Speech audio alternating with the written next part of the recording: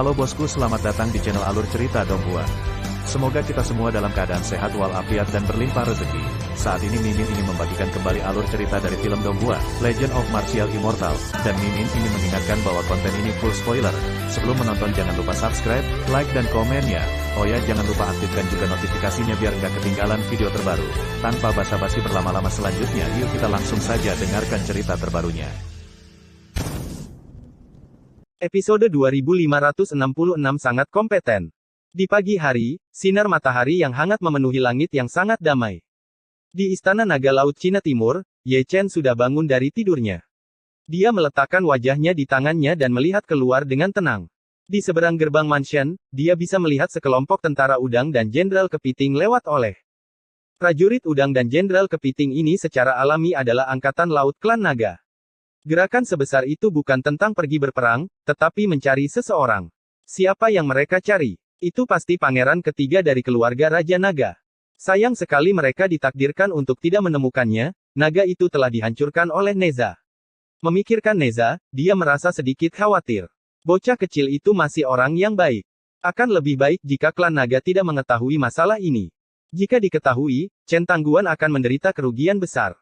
Banyak. Berpikir seperti ini, dia segera bangkit dan melangkah keluar rumah. Seseorang melompat keluar, prajurit udang dan jenderal kepiting melihat ke samping, melirik Ye Chen ke atas dan ke bawah, dan bertanya dengan nada netral, "Batu kecil, Anda dapat melihat bahwa pangeran ketiga keluarga saya ada di sini."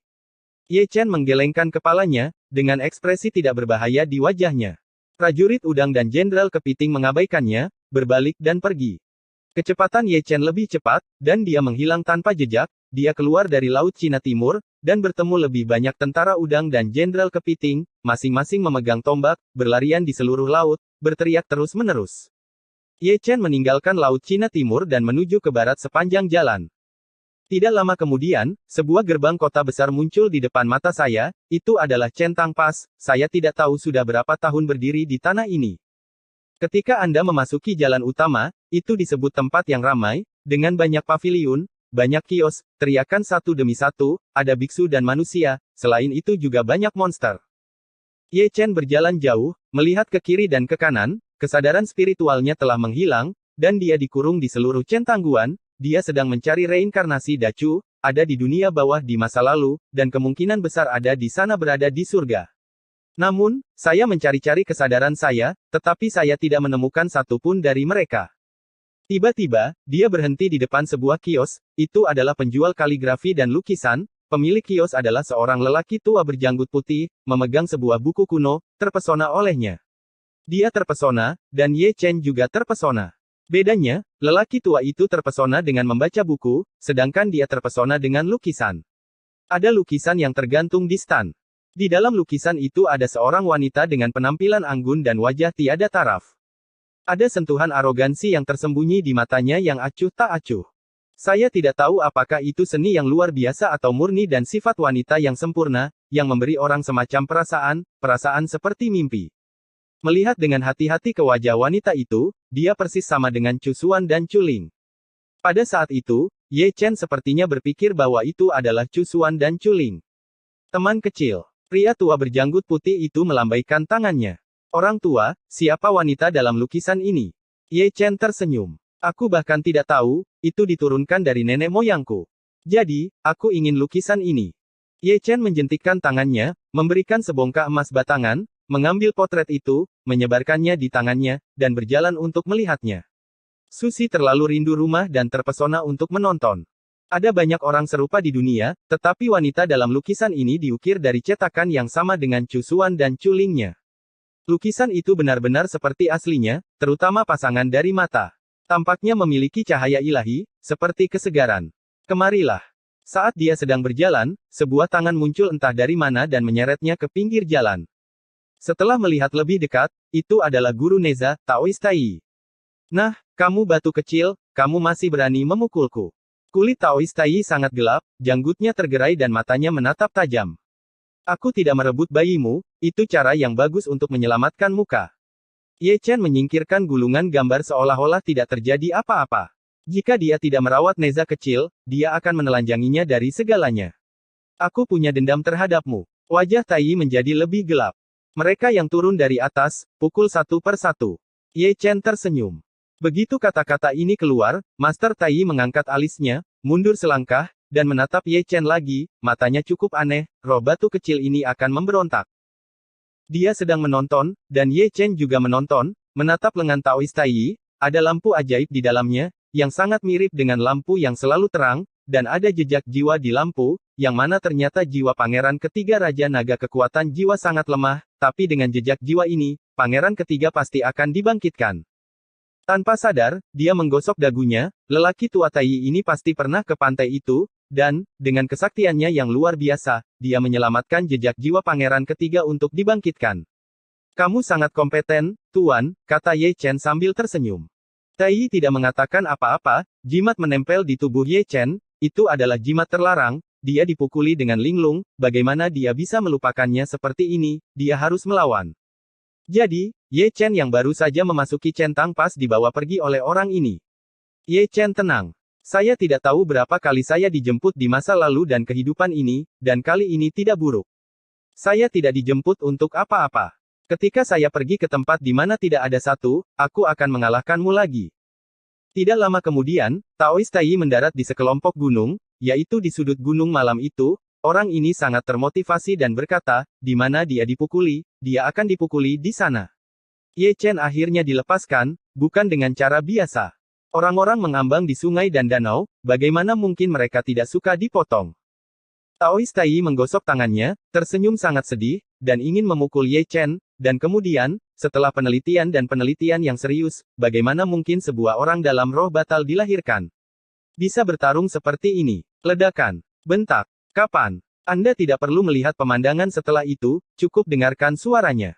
Memang benar Tai yang asli bergegas maju, tetapi dia lengah. Dia diusir oleh Ye Chen dan tidak pernah bangun lagi. Sebuah cerah tongkat besi, kata pencuri itu dengan dominan sambil memukul dengan suara dentuman. Setelah jeritan mereda, Ye Chen dan Tai bertukar posisi, Ye Chen berdiri dengan kaku, sementara lelaki tua Tai berjongkok dengan kaku, dengan hidung memar dan wajah bengkak. Kali ini, Tuan Muda Ye tanpa ampun, dia ditelanjangi, dan meninggalkan sepasang celana dalam berbunga-bunga, dan sisa harta semuanya tersapu. Itu tidak masuk akal. Kamu bodoh, tegur Master Tai. Kamu adalah orang suci, dan kamu sangat miskin. Ye Chen menghela nafas, hanya ada 3 item di dalam tas penyimpanan Tai, satu adalah beberapa ratus batu langit, dan yang lainnya adalah beberapa rune. Adapun sisanya, itu adalah undangan. Huasan membahas Taoisme. Ye Chen membukanya dan melihat keempat karakter itu berwarna emas dan mempesona. Saya tidak tahu siapa yang menulisnya. Mereka mengandung Taoisme tertinggi, dan tidak mudah untuk dilihat sekilas. Apa itu wacana Huasan? Ye Chen berjongkok dan bertanya pada Tai. Aku tidak tahu. Yang disebut diskusi tentang Tao di Huasan secara alami adalah pertemuan besar dari diskusi. Taoist Tai menyeka mimisannya, dan ingin menjadi sedikit lebih keras, tetapi tamparan Ye Chen terlalu kuat. Tidak hidup, kata Ye Chen sambil tersenyum. Gunung Hua adalah gunung peri di dunia makhluk surgawi, dengan orang-orang dan roh yang luar biasa, yang mengandung kitab suci Tao. Taoist Tai sadar dan duduk bersila, seolah-olah dia lupa bahwa dia dipukuli, dan berbicara dengan santai, dikatakan bahwa ada seorang kaisar agung yang mencerahkan Tao dan meninggalkan pencerahan Tao kaisar, setelah bertahun-tahun evolusi tanpa akhir, melahirkan jejak kebijaksanaan, terintegrasi ke dalam Gunung Huasan, dan Anda dapat mendengar suara Dao Tian dari jarak 100 mil. Menurut kitab suci, yang kecil adalah peluang, yang besar adalah keberuntungan, dan Anda tidak dapat memintanya. Hal baik seperti itu hanya dapat dilihat sekali dalam 100 tahun, dan tidak semua orang memenuhi syarat untuk pergi.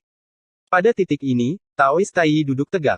Saya ingin meluruskan keras saya dan menampilkan pertunjukan yang bagus, tetapi menyadari bahwa pakaian saya telah dilucuti, jadi saya memaksakan diri.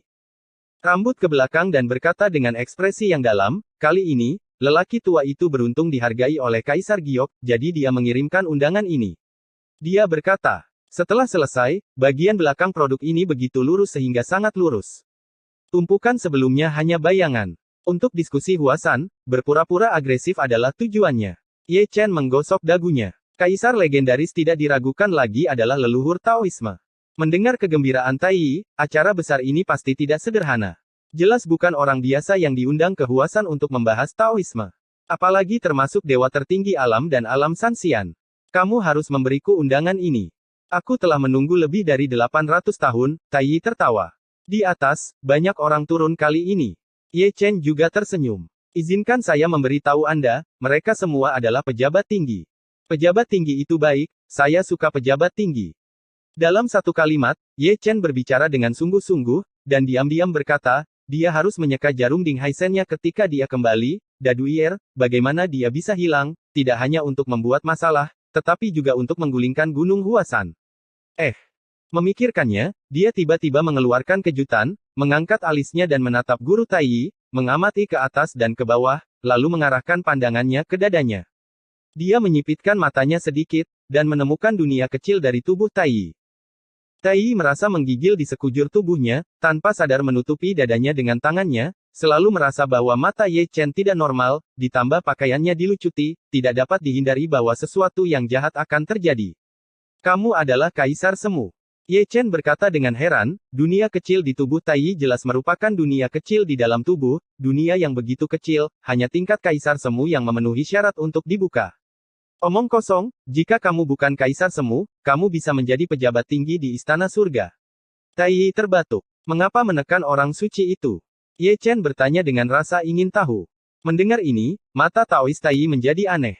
Sebaliknya, dia memandang Ye Chen dari atas ke bawah, dan berkata dengan ragu, "Sis Hijing kecil, kamu bukan dari surga." Dan seluruh surga mengetahuinya. Tai Yi Daois berkata, dengan cahaya peri di matanya, dia membuka jalan untuk mengintip, dan melihat ekspresi Ye Chen, dia benar-benar tidak tahu, ini sangat menarik. Hal yang paling menarik adalah kekuatan tempur Ye Chen, yang terlalu menakutkan, jika ini adalah pertama kalinya dia tertangkap basah oleh Ye Chen, tapi kali ini dia dipukul langsung. Para pejabat tinggi di Istana Surgawi masih mengetahui alam bawah dengan sangat baik, tetapi mereka belum pernah mendengar tentang orang seperti Ye Chen yang memukuli orang suci dalam kehampaan roh, yang tidak pernah terdengar. Bagaimana roh batu ini keluar? Menarik, sangat menarik. Ye Chen mulai menyentuh dagunya lagi, dia tidak tahu dunia Sanxian, dan alam semesta ini, jadi apa yang kamu takutkan dengan kekuatannya? Dia bisa berjalan menyamping di dunia Sanxian, dan dia ditekan karena orang suci dia bisa melawan kelompok sendiri, Huasan harus didiskusikan. Siapa kamu? Tuan Tai Yi berbicara lagi, dengan ekspresi serius. Ye Chen tidak menjawab pertanyaan itu secara langsung, tetapi mengambil kartu undangan dan melambaikannya di depan lelaki tua Tai Yi. Jika Anda menginginkan kartu undangan Anda dapat menukarnya dengan harta karun, jika tidak, kami tidak akan membicarakannya. Kamu perampok. Jika kamu tidak patuh, dan aku tidak keberatan merampokmu untuk sementara waktu. Kamu harus menyukai tungku alkimia kecil ini. Tai Yi yang asli disebut kerjasama, dan dia menghargai kesuciannya sendiri, karena takut Ye Chen akan memberinya kesucian semacam itu. Entah kenapa, melihat kerjasama Tai Yi seperti ini, Ye Chen tiba-tiba ingin muntah. Lelaki tua gendut ini sangat menarik, setidaknya aku akan merampok seorang wanita, lupakan saja. Setelah menerima kompor alkimia kecil, Ye Chen tidak memberikan undangan. Hanya bercanda, kompor kecil tingkat suci juga ingin bertukar undangan.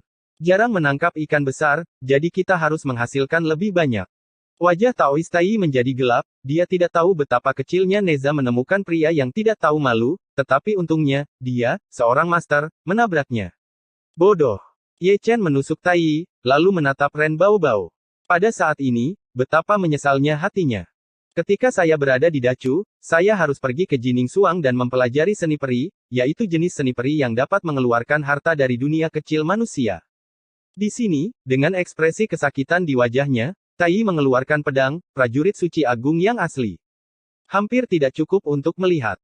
Ye Chen mengambil pedang dan memberikan undangan dengan santai. Tidak mudah bagi seorang lelaki tua. Dia menunggu dengan penuh semangat selama lebih dari 800 tahun, tetapi dia tidak dapat melanggar keinginannya. Adapun Huasan Lundao, dia akan pergi atas kemauannya sendiri, dia tidak khawatir tentang undangan sama sekali, ada begitu banyak orang yang pergi, dia akan merampok setengah jalan dan memiliki segalanya, tidak peduli seberapa buruk dia bisa memaksanya. Jalan masuknya. Memikirkan hal ini, dia mengangkat kepalanya lagi, melirik ketiadaan, matanya tampak terukir dengan kalimat, Taois tua Hongjun, kamu tidak akan marah jika aku mengangkat gunung Huasanmu. Kali ini, leluhur Tao tidak ada di sini, dia harus mundur, Tepatnya, dia tertidur lelap. Sesekali, dia akan tertidur lelap, tidur nyenyak yang memproklamirkan dirinya sendiri. Dua dunia surga dan neraka berbeda dari dunia manusia, dan mereka memiliki kekuatan untuk membantu kaisar untuk menyatakan dirinya sendiri. Ini juga alasan mengapa kaisar dunia bawah dan leluhur Tao dapat hidup begitu lama. Manusia dunia tidak memiliki kekuatan semacam itu.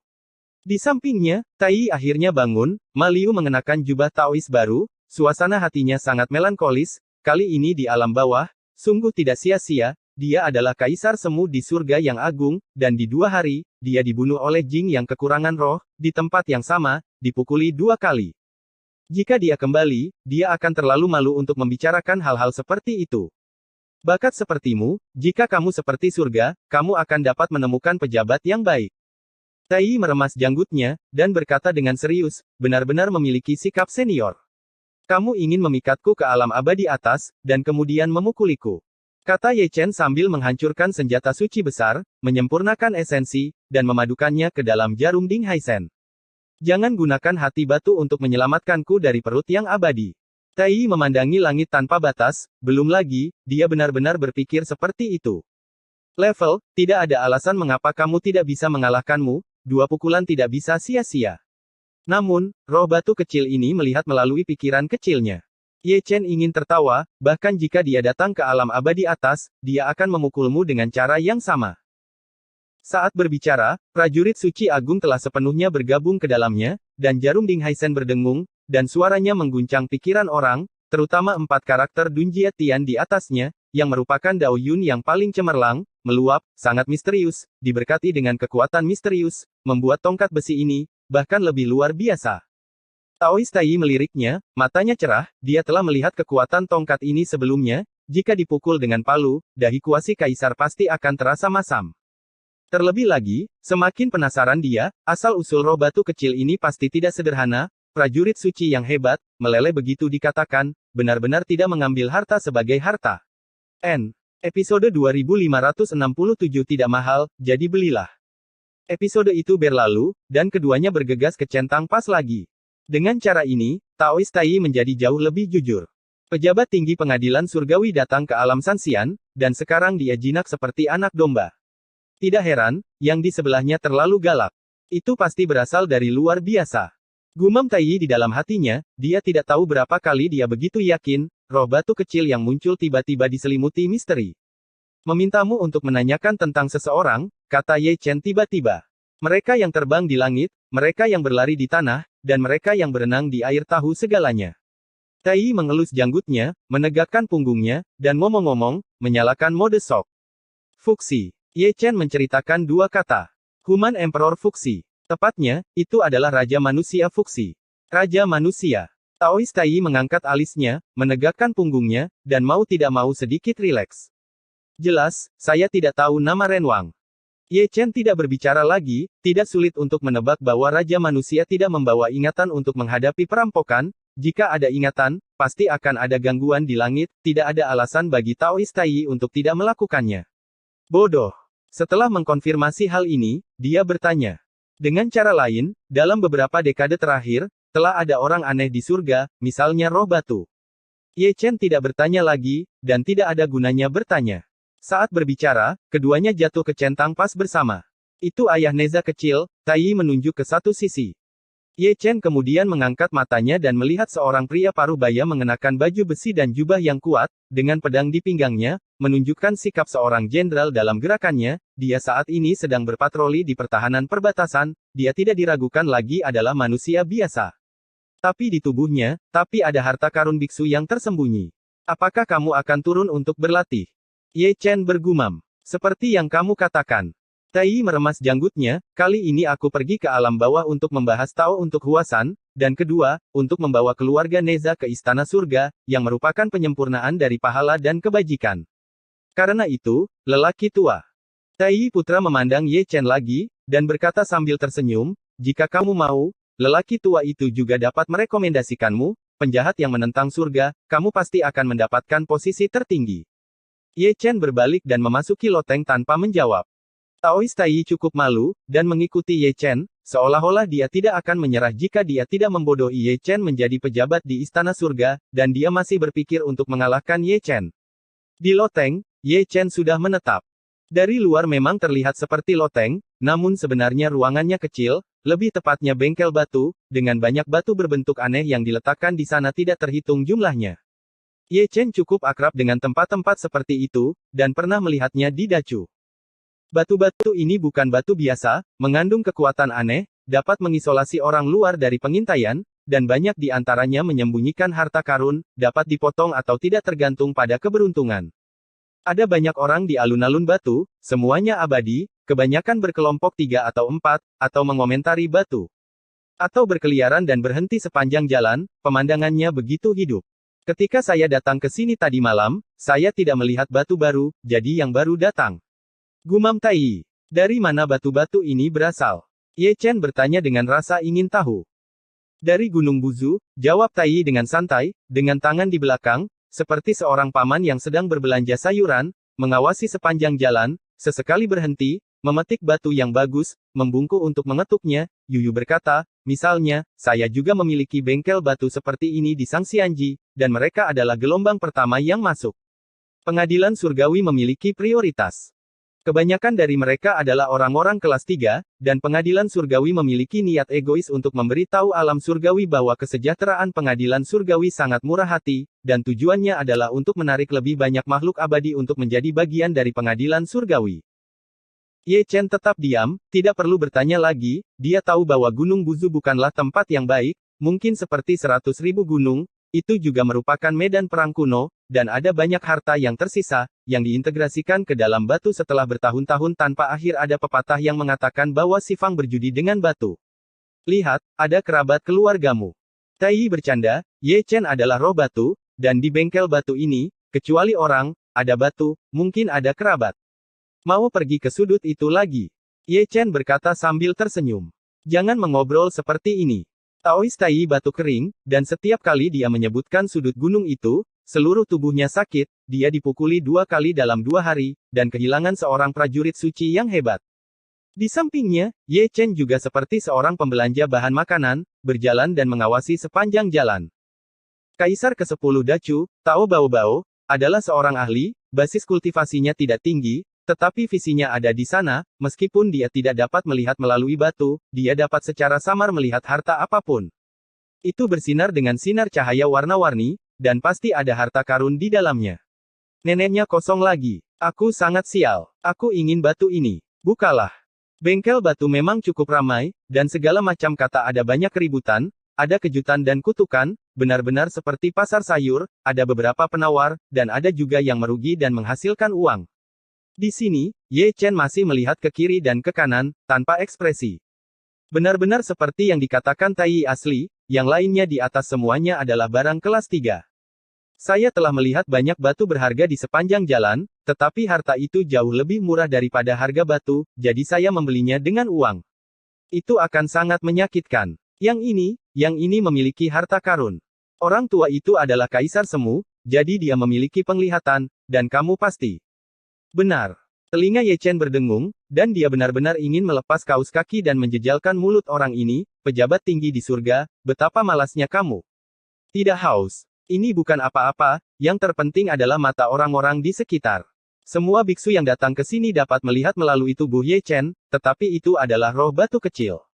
Ketika roh batu datang untuk melihat batu itu, dia selalu merasa bahwa dia tidak ada di sini untuk berjudi dengan batu, tetapi untuk mengunjungi kerabatnya. Setelah memutari area yang ramai, Ye Chen pergi ke tempat terpencil. Yang disebut tempat terpencil mengacu pada sudut bengkel batu, terdapat banyak batu, penampilannya jelek, dan penempatannya sangat acak, sekilas dapat diketahui bahwa itu adalah batu yang tidak ada yang peduli. Karena itu, orang yang mengelola batu ini tidak terlalu peduli, dia adalah seorang lelaki tua kurus yang sedang duduk di atas batu dan tidur siang dengan tangan di tangan. Yang ini bagus, sangat besar, pasti ada harta rahasia. Tai menepuk batu ke Ye Chen, itu memang tidak kecil, itu 3 lingkaran lebih besar dari tangki anggur, dan itu memang tidak terlalu menarik di penampilan, dengan bintik-bintik dan bentuk yang berbintik-bintik, juga tidak teratur. Tak perlu dikatakan, Ye Chen benar-benar berhenti, menatap batu itu, menyipitkan matanya sejenak, tetapi kembali normal dalam sekejap, orang tidak jelek, dan batu ini sama, benar-benar ada harta karun di dalamnya, dan itu masih sangat luar biasa. Harta memiliki harga tetapi tidak ada pasar. Senior, aku ingin batu ini. Ye Chen mengambil tas penyimpanan dengan jentikan tangannya.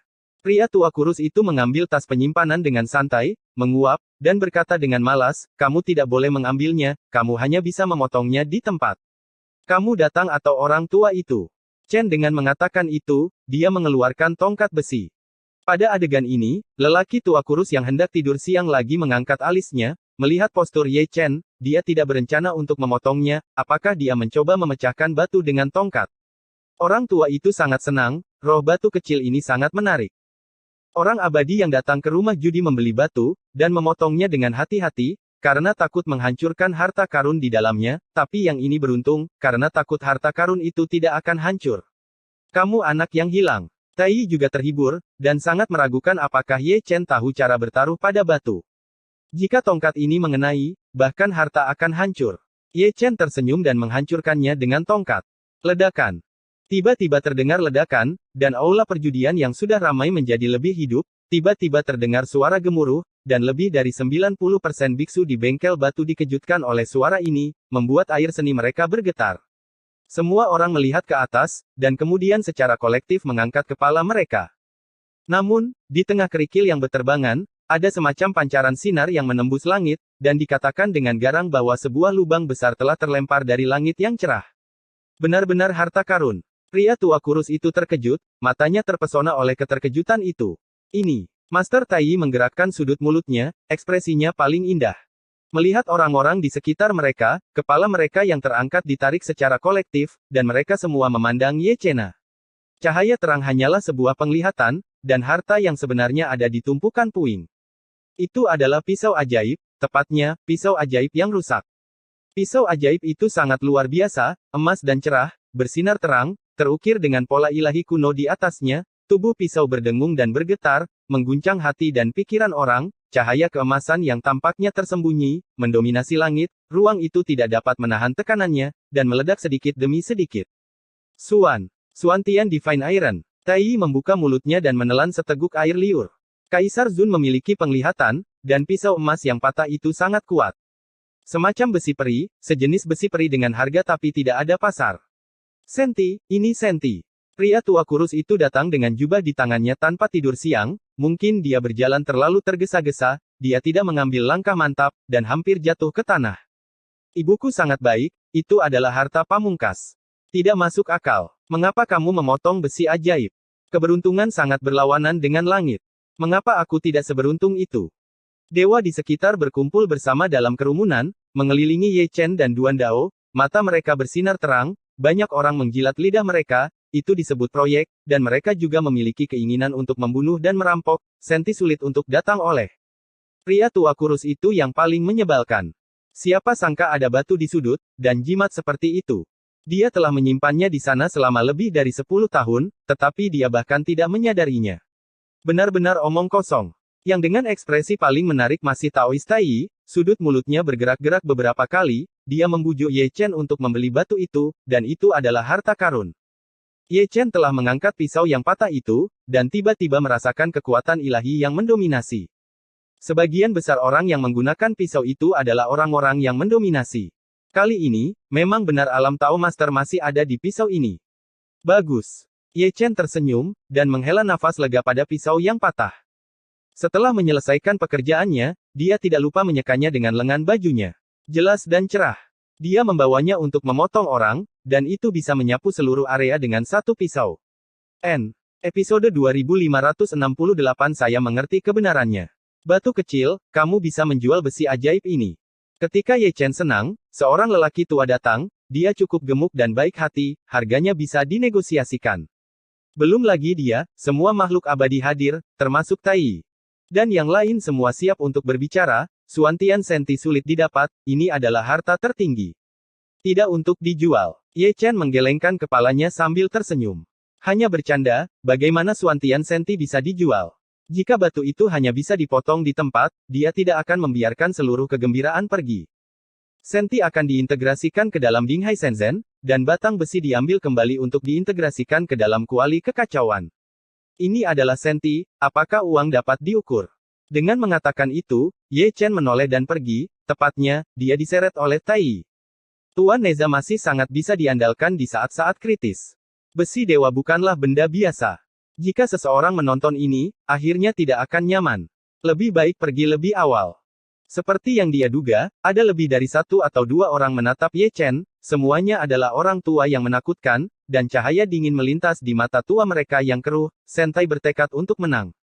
Sungguh roh batu kecil. Pemilik bengkel batu mengelus janggutnya. Besi peri yang begitu besar diambil begitu saja. Pria tua kurus itu berkata dengan sedih, tidak dalam kesedihan biasa, setelah menjaganya selama bertahun-tahun, dia terkejut oleh kejutan ini. Cari asalnya. Pemilik bengkel batu meninggalkan sepatah kata pun, tetapi menghilang dalam sekejap. Ye Chen dan Tai Yi pergi, dan tidak sedikit orang yang mengikuti Si Fang. Kebanyakan dari mereka adalah tuan yang siap membunuh dan mencuri barang. Mereka tidak berani melakukan apapun di Centang Pas, dan mereka hanya menunggu Ye Chen untuk pergi ke luar kota. Cukup banyak orang yang tinggal di bengkel batu, kebanyakan berkumpul di sudut bengkel batu, berebut membeli batu, mungkin sepotong besi ajaib juga bisa dibuka, siapa bilang pasti. Sayang sekali. Keinginan itu indah, tetapi kenyataan itu tidak masuk akal. Entah berapa banyak orang yang kehilangan kekayaannya karena berjudi dengan batu. Ketika mereka tiba, mereka tidak mendapatkan harta yang layak. Di pinggir jalan, Tai Yi menggunakan metode tembus pandang dan menghilang ke dalam kerumunan. Ye Chen tersenyum, dia ingat kebaikan lelaki tua itu. Namun, Tai Yi bukan satu-satunya yang memiliki Taoisme yang mendalam, memang benar dia telah menggunakan metode tembus pandang, tetapi masih banyak orang yang diam-diam menatap mereka, dan mereka tidak dapat dilepaskan. Setiap orang tidak bersalah, tetapi dia bersalah membawa batu giok, Tai Yi berbicara dengan fasih.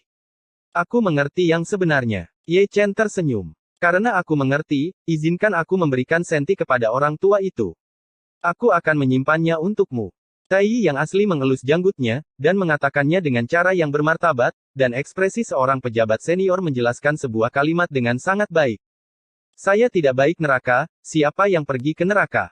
Kenapa, kamu bisa bertarung lebih baik dariku? Ye Chen menatap Tai Yi sambil tersenyum. Begitu kata-kata ini keluar, paksaan Taois Tai Yi menghilang dalam sekejap, karena dia terlalu banyak berpikir, roh batu kecil ini memiliki kemampuan yang hebat. Jelas lebih aman membiarkannya pergi. Sambil berbicara, keduanya memasuki mansion satu demi satu. Neza kecil tidak tahu kesalahan apa yang dia buat, jadi dia dipenjara. Setidaknya ada selusin lapisan penghalang yang menjebaknya, semuanya dari tangan Tai Yi. Dia adalah murid yang sangat melanggar hukum bahkan Pangeran Ketiga Raja Naga berani untuk menghancurkannya, jadi dia tidak bisa dilepaskan pergi jalan-jalan, atau akan ada kekacauan besar. Aku tahu kamu akan datang kepadaku. Pria kecil itu tersenyum cerah. Faktanya, dia tidak kecil, Ye Chen dapat melihat petunjuknya, pasti ada yang salah dengan latihan yang dia latih, itu sebabnya dia tidak bisa tumbuh dewasa, meskipun dia tidak tinggi, dia galak dalam perkelahian. Tai Yi pergi dan menemukan tempat terpencil, mencoba menghidupkan kembali Pangeran Ketiga. Dua yang tersisa mengatur kuali lagi. Sudah larut, Ye Chen tinggal di mansion tanpa pergi. Saat itu malam, dia menutup pintu kamar dengan rapat, dan mengeluarkan pisau emas yang patah, berdengung tanpa henti, itu seharusnya menjadi senjata kuasi kaisar sebelumnya, tetapi itu rusak dan jatuh ke tangan prajurit suci agung. Ye Chen menutup matanya, dan menemukan konsepsi artistik dari pisau yang patah itu tersisa. Dalam kegelapan, dia sepertinya bisa melihat punggung yang megah, berdiri di akhir tahun, mengenakan baju besi kuno, memegang pedang emas, seperti dewa perang, memotong langit dan bumi. Butuh 3 hari baginya untuk menyadari hal ini, dan dia tidak pernah bangun. Selama periode itu, Tai Yi datang ke sini sekali, melihat Ye Chen tercerahkan, dia tidak mengganggunya, hanya berdiri di luar pintu, menonton dengan tenang, esensi batu kecil di matanya bahkan lebih luar biasa. Jenis luar biasa ini mengacu pada Taoisme Ye Chen. Saya tidak tahu jenis Taoisme apa yang dia kembangkan. Dia dapat melihat banyak penglihatan misterius dan mendengar suara surgawi dari Dao. Bahkan dia kesurupan ketika mendengarnya. Dia mulai memahami bahwa alasan mengapa Ye Chen kuat adalah karena Dao-nya, pemahamannya tentang Dao, yang jauh di atasnya. Seorang junior di Spiritual Void Realm menumbangkan kognisinya. Tuan, apa yang kamu lihat? Neza kecil datang, melayang di udara, seperti Tai Yi, mengintip melalui jendela dan melihat tubuh Ye Chen menunjukkan penglihatan, dia tidak bisa menahan keterkejutannya. Beritahu Master dengan jujur, apa latar belakangnya, kata Tai Yi dengan santai. Aku bertemu malam itu. Suara lelaki kecil itu tidak dewasa, dan jawabannya tajam. Tai Yi menarik napas dalam-dalam, Tidak bertanya lagi, berbalik dan pergi, berjalan beberapa langkah, lalu berbalik, dan dibawa pergi bersama Neza kecil, dia harus dikurung selama beberapa hari. Ketika kamu sampai ke pengadilan surgawi di masa depan, jangan lakukan itu lagi. Aku tidak akan pergi. Hei, kamu bajingan. Saat keduanya pergi, malam tiba diam lagi. Namun, malam ini, ada arus bawah. Itu hanya untuk disalahkan. Suantian Senti terlalu luar biasa, yang membangkitkan keserakahan lebih banyak orang. Di luar mansion, saya tidak tahu berapa banyak orang yang menatap, menunggu Ye Chen keluar, dan kemudian membunuh orang demi uang. Adapun siapa yang mendapatkannya, itu tergantung wajahnya. Tidak sampai hari keempat dan malam tubuh Ye Chen sedikit gemetar, berubah menjadi konsepsi artistik, ada pencerahan di matanya, jalannya tidak ada habisnya, selalu ada sesuatu yang dia tidak tahu, seperti Taois di pisau. Berdiri perlahan, dia memegang jarum Ding Haisen di satu tangan, dan pisau emas yang patah di tangan lainnya, dan melakukan Immortal Craft of Artifact Refining. Ketika pisau emas itu hancur, batang besi juga hancur, dan inti dari keduanya adalah diremas menjadi satu olehnya kelompok, api roh primordial ditekan, dan tubuh tongkat itu dibentuk kembali. Perpaduannya cukup halus, dan batang besi emas yang cerah bahkan lebih mendominasi. Tidak buruk. Ye Chen tersenyum riang, batang besinya berat, dan akan mudah mengenai orang. Sambil menonton, dia tiba-tiba mendengar kesempatan yang akrab.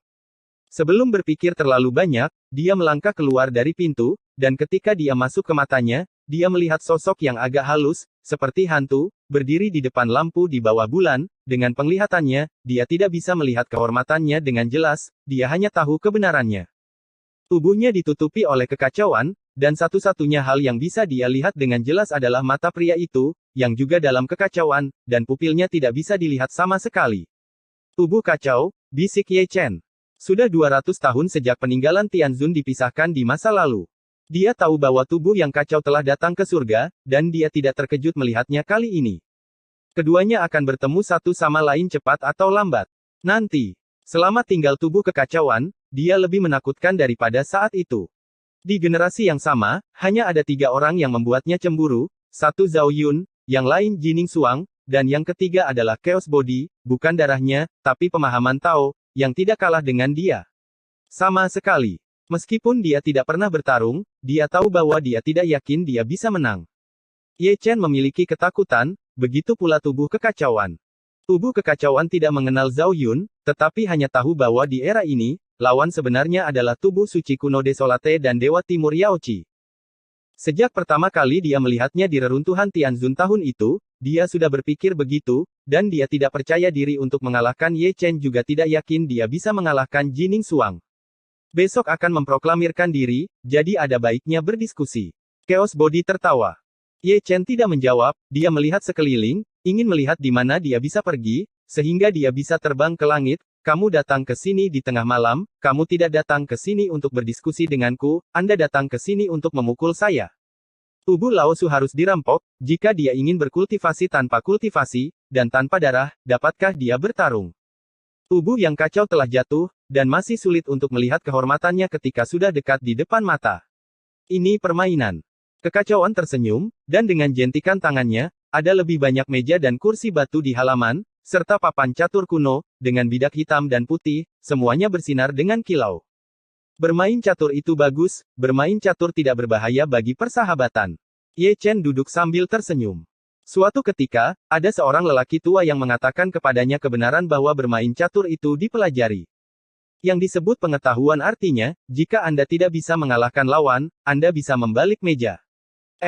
Episode 2569 Permainan Tao. Malam di Centangguan tenang dan damai. Di luar rumah besar, ada sosok menjulang, semua menahan napas, dan dalam kegelapan, mereka bisa melihat sepasang mata tua layu, bersinar dengan cahaya hutan yang dingin, benar-benar seperti setan malam. Selain itu, banyak orang yang duduk di warung teh dan kedai wine, saat minum teh dan minum, mereka secara tidak sengaja akan melirik ke arah mansion, seolah menunggu seseorang keluar. Menunggu siapa? Dia menunggu Ye Chen. Roh batu kecil itu telah berada di dalam selama 4 hari, dan belum ada tanda-tanda akan keluar, membuat orang berpikir bahwa dia akan bersembunyi seumur hidup. Mereka sangat berdedikasi pada pekerjaan mereka, dan karena Suantian Senti, mereka bahkan tidak tidur.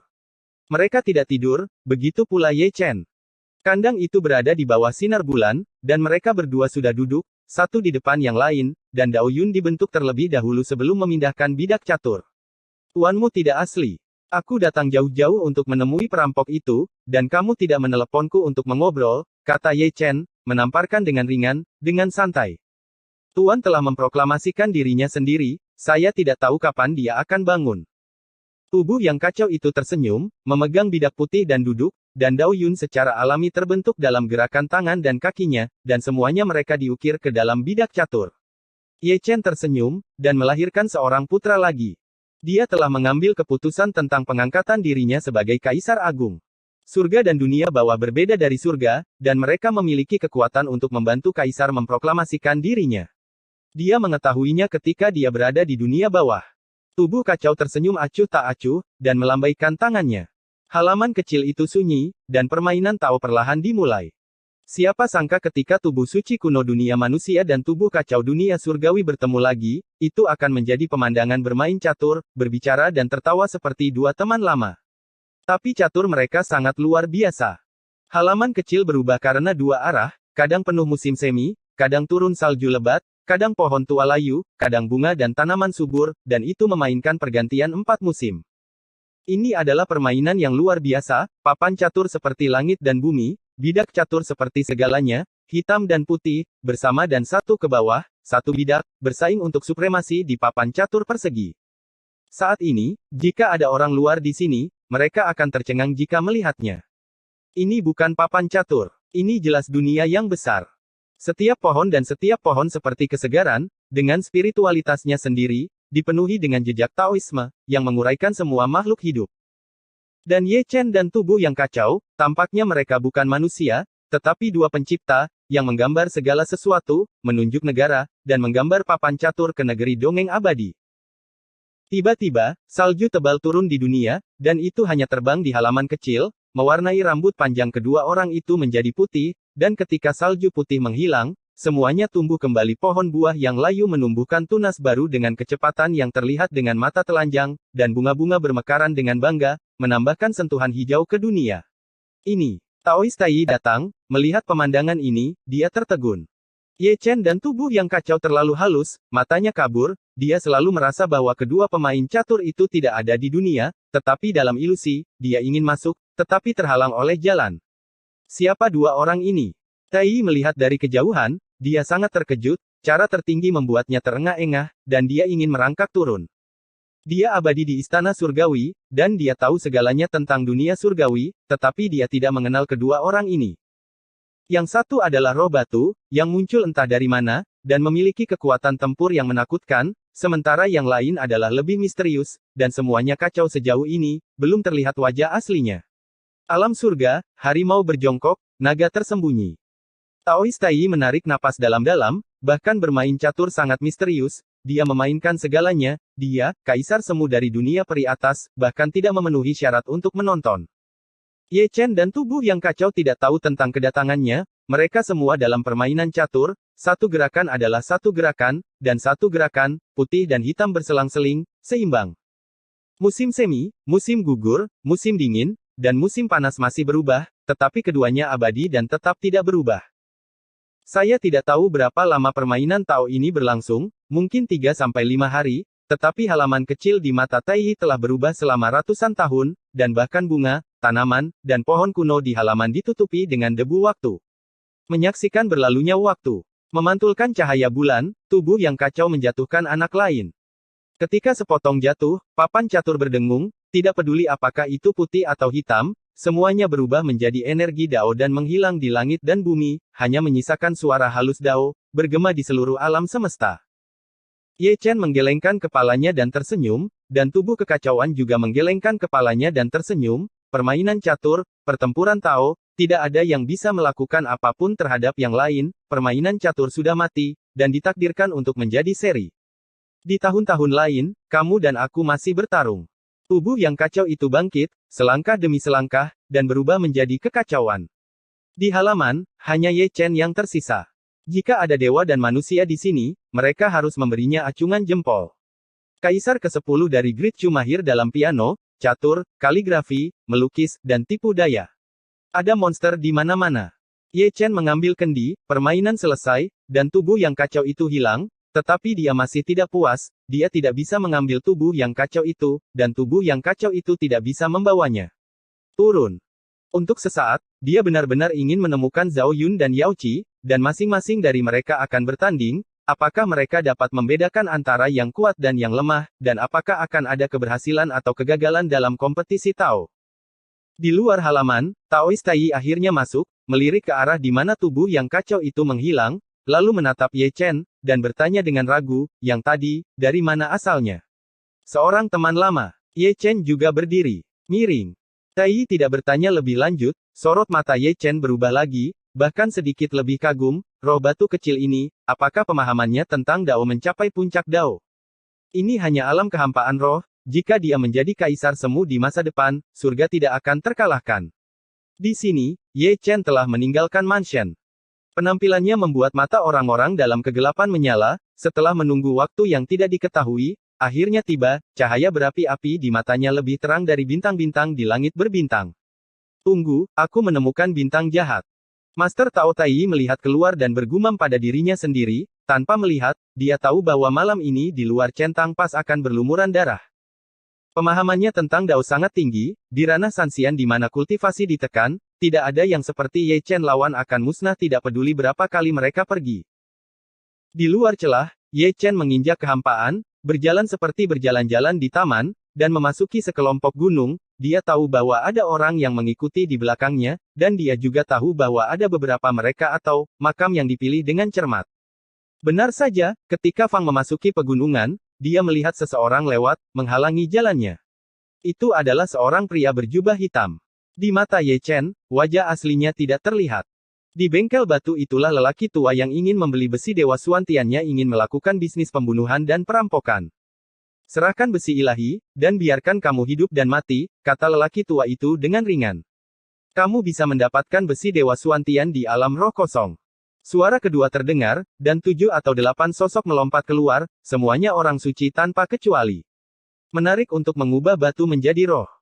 Lebih banyak orang keluar, dan pria berjubah hitam di air jernih tertawa menakutkan, seperti mimpi buruk, terjerat, dan mengepung Ye Chen di tengah, siap untuk membunuh seketika.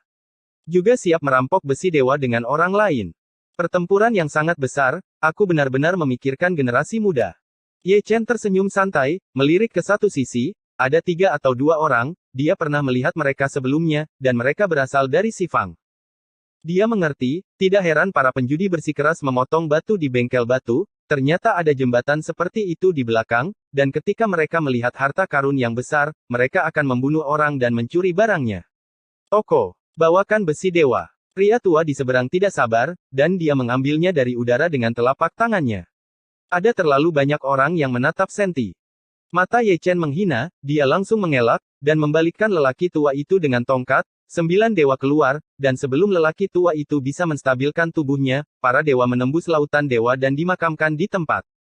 Lelaki tua itu murung, dengan sepasang mata tua yang mendung, terukir ketakutan dan ketidakpercayaan, apakah ini aku sebentar? Diberikan waktu sedetik oleh kekosongan roh. Sangat kuat. Wajah orang-orang di sekitar tiba-tiba berubah, seorang suci dibunuh secara langsung, betapa menakutkannya roh batu kecil ini, tidak heran dia begitu tak kenal takut. Ayo pergi.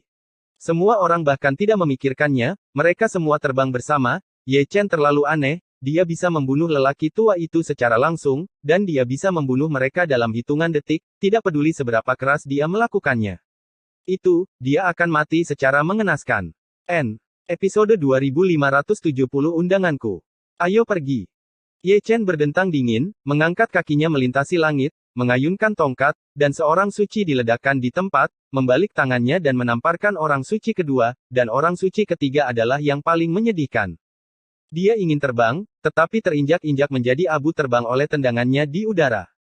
Dominasinya membuat ekspresi keabadian berubah lagi. Jelas, roh batu kecil ini tidak mau berbaik hati. Lihatlah postur ini, itu untuk menghancurkan mereka. Bekerja sama untuk menekan. Sifang abadi mendesis, dan membuka mulutnya untuk mengeluarkan segel harta karun, yang merupakan prajurit suci. Nafas naga bertahan, seberat gunung raksasa, menghancurkan alam semesta hingga runtuh. Ye Chen bahkan tidak melihatnya, dia meledak dengan tongkat, dan Dewa Sifang menderita serangan balik, muntah darah dan beterbangan. Sebelum jatuh, cahaya abadi Ye Chen telah tiba, dan langsung memadamkannya di tempat. Bunuh. Ketiga orang suci itu tiba bersama, dan masing-masing membuat segel, dan segera melihat tiga pilar tembaga kuno, dan ada susunan pola di seluruh langit, dikumpulkan ke dalam sangkar segitiga, menutupi Ye Chen. Ye Chen melakukan metode abadi, keluar dari sangkar, dan memukulnya satu persatu dengan tongkat, menjatuhkan jiwanya dari akalnya. Mi. Teguran dingin datang dari kehampaan, dan satu orang menyatukan kedua telapak tangannya, mengaktifkan kekuatan gaibnya, dan mengeluarkan petir perak, yang jatuh dari langit, membawa kekuatan nirvana, yang mampu memotong gunung dan laut. Sayangnya, Lei tidak berguna bagi Ye Chen. Kaisar ke-10 Dacu disambar petir sepanjang jalan, dia sudah memiliki kekebalan, targetnya, bunga darah yang indah, sangat halus dan indah di bawah sinar bulan. Mati. Saya tidak tahu berapa banyak orang yang bergegas maju, dengan ekspresi garang dan wajah ganas, atau merapalkan mantra abadi, atau senjata kekaisaran, atau mengaktifkan susunan pembunuhan, dan teknik rahasianya luar biasa, membanjiri langit. Namun, sebelum serangan menghantam Ye Chen, alam semesta membeku. Untuk sesaat, langit dan bumi penuh dengan bunga dari sisi lain, Ye Chen yang memikirkan keabadian, dan dia diam sejenak. Engah, engah, engah. Cahaya darah tiba-tiba muncul, dan sosok itu tertusuk, dan bunga darah mekar dengan bangga. Ah! Jeritan itu tidak ada habisnya, dan ratapan itu juga mengguncang langit. Mata semua orang dipenuhi dengan kengerian dan ketakutan saat ini. Sebuah batu kecil di alam kehampaan roh memiliki pemahaman Tao yang begitu tinggi. Disalahpahami, momen sebelumnya adalah hukum waktu. Di kehidupan selanjutnya, kamu seharusnya tidak memprovokasi saya. Diiringi dengan kata-kata dingin, Ye Chen turun dari langit dan muncul seperti hantu, seperti raja yang datang ke dunia, memandang dunia dengan jijik. Adegan setelah itu cukup berdarah. Berdiri di luar gunung dan melihatnya, orang dapat melihat puncak gunung runtuh satu demi satu. Di malam hari, dewa pembunuhan dengan kejam membantai di dalam, melolong mengerikan, kabut darah merah beterbangan di seluruh langit, menutupi langit berbintang yang luas, bahkan cahaya bintang berlumuran darah. Saya tidak tahu kapan, hanya untuk melihat Bang musnah. Melihat gunung lagi, sudah ada mayat di mana-mana. Ye Chen memegang batang besi berlumuran darah dan mendorong ke arah orang terakhir selangkah demi selangkah. Dia adalah seorang abadi dari Sifang, dan satu-satunya yang selamat di antara orang-orang ini. Dia menyeret tubuhnya yang berdarah, tersandung ke belakang, sampai dia mundur ke kaki gunung, dan akhirnya stabil. Tetap bugar. Tuanku, aku pangeran surga ke-8. Sifang Immortal mendesis, wajahnya pucat, dan ekspresinya juga ketakutan. Dia tidak bodoh, dan keluar dari belakang panggung, berniat untuk mengintimidasi Ye Chen dengan imbalan secercah kehidupan. Ye Chen tidak mengatakan sepatah kata pun, dia mengangkat tongkatnya dan menjatuhkannya. Engah.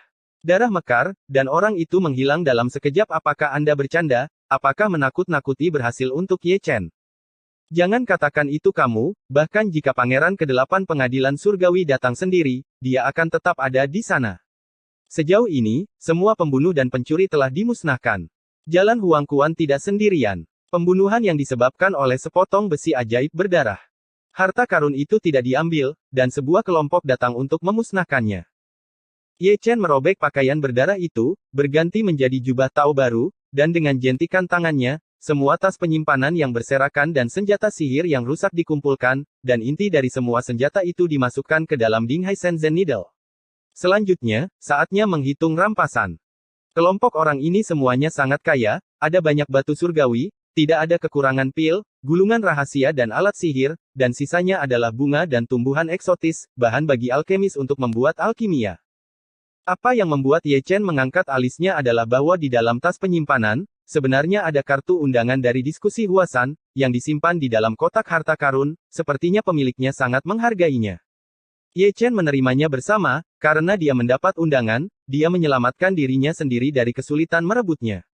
Diiringi dentuman, gunung-gunung itu dihancurkan oleh telapak tangannya, dan berubah menjadi kuburan. Yang abadi yang terkubur di dalamnya memiliki berbagai latar belakang. Sayangnya, mereka tidak boleh terprovokasi. Adapun Tuan Muda Ye, dia sudah pergi, langsung menuju ke Gunung Hua. Tidak lama setelah dia pergi, Taoist Tai muncul, memandangi gunung yang hancur, menyeringai dan mendecakkan lidahnya, ada ratusan orang suci. Di antara mereka, ada banyak penekan yang ditekan oleh kehampaan spiritual, dan seluruh pasukan musnah. Rekor semacam ini sudah melawan langit. Pada saat ini, dia seharusnya bersukacita karena dia bukan musuh Ye Chen.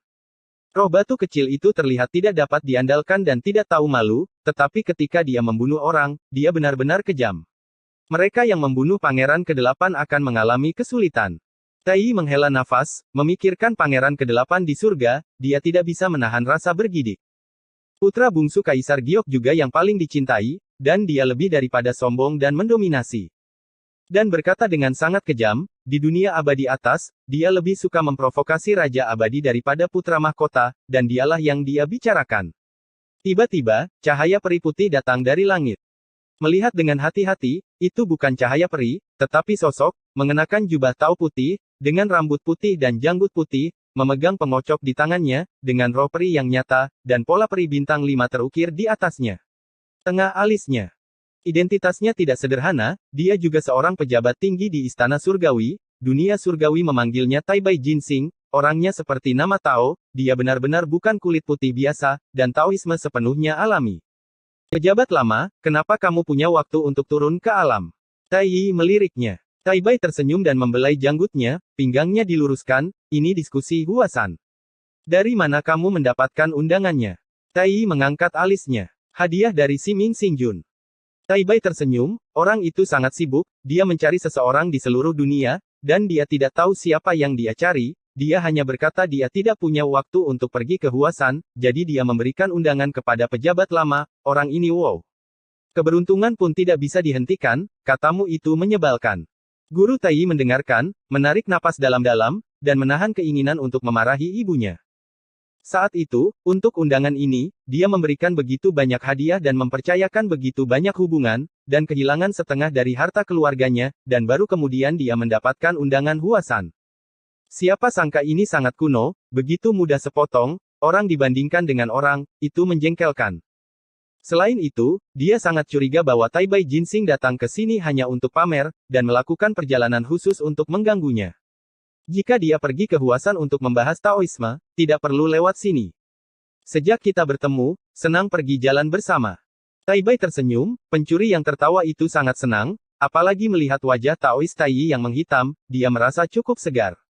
Tetaplah di tempat yang sejuk. Tai Yi mengutuk, dan pergi dalam satu langkah. Lihat, ini menendang lagi. Taibai Liu Yaner mengikuti. Keduanya, satu di depan yang lain, menghilang ke dunia seperti cahaya peri dan cahaya ilahi. Di malam hari, itu jatuh ke dalam keheningan lagi. Ye Chen berjalan di langit, berjalan ke barat sepanjang jalan, memantulkan bintang dan cahaya bulan, ada banyak orang yang pergi ke barat seperti dia, tentu saja, mereka semua pergi ke Huasan untuk membahas Taoisme. Tetapi dia yakin bahwa lebih dari 99% dari mereka tidak memiliki undangan, dan kebanyakan dari mereka ada di sana untuk ikut bersenang-senang. Mereka yang benar-benar mendapat undangan memiliki kultivasi yang maju atau didukung oleh kekuatan yang kuat. Atau, itu tipenya, dan dia pergi merampok tanpa undangan.